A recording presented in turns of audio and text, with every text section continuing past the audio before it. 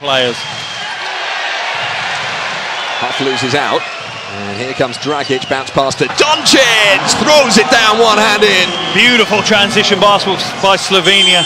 Salim back into the game.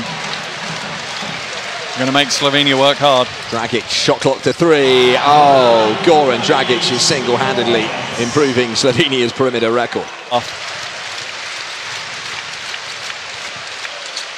Nice work by Vidmar. Oh, round the back. Oh, that's absolutely... U-boating by Gasper Vidmar. A blind pass. Slovenia profiting from the rebound.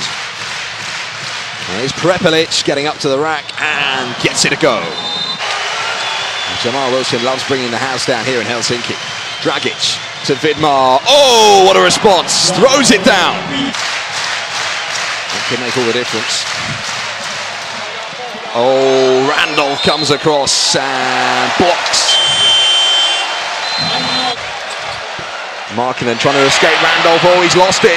And Slovenia here to win the game. Anthony Randolph.